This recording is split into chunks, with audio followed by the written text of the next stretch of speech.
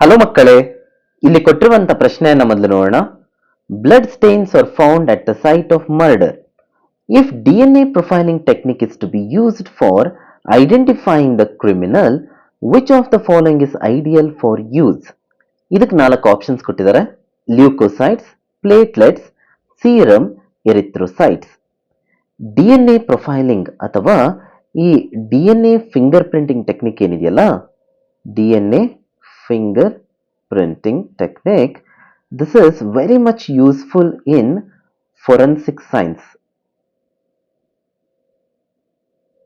where one can identify the criminals ಅಥವಾ suspects ಗಳನ್ನ identify ಮಾಡಬಹುದು based on a very small DNA fragment.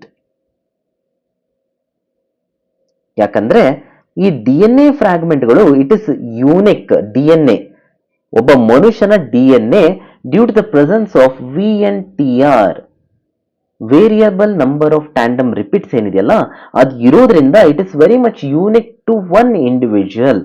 ಅದನ್ನ ಉಪಯೋಗಿಸ್ಕೊಂಡು ಒಬ್ಬ ಮನುಷ್ಯನ ನಾವು ಕಂಡುಹಿಡಿಯೋದು ಬಹಳ ಸುಲಭ ಆಗುತ್ತೆ.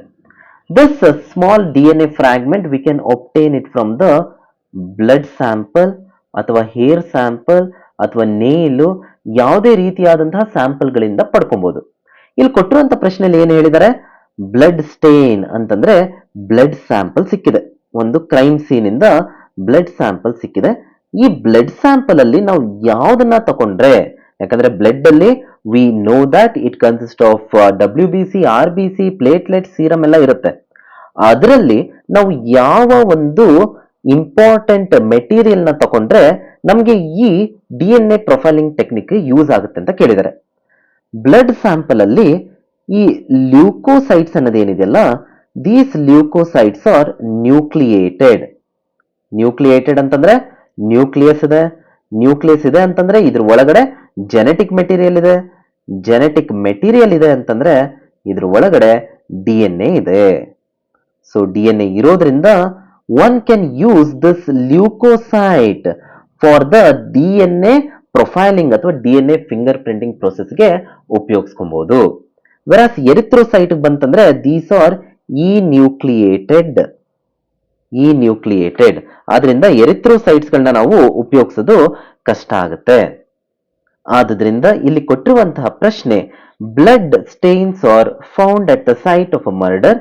If DNA profiling technique is to be used for identifying the criminal, which of the following is ideal for use? ಅನ್ನೋದಕ್ಕೆ ಸರಿಯಾದ ಸೂಕ್ತವಾದ ಉತ್ತರ option A, that is leukocytes.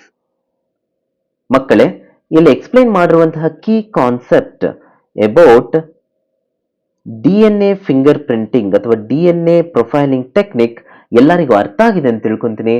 Best of luck.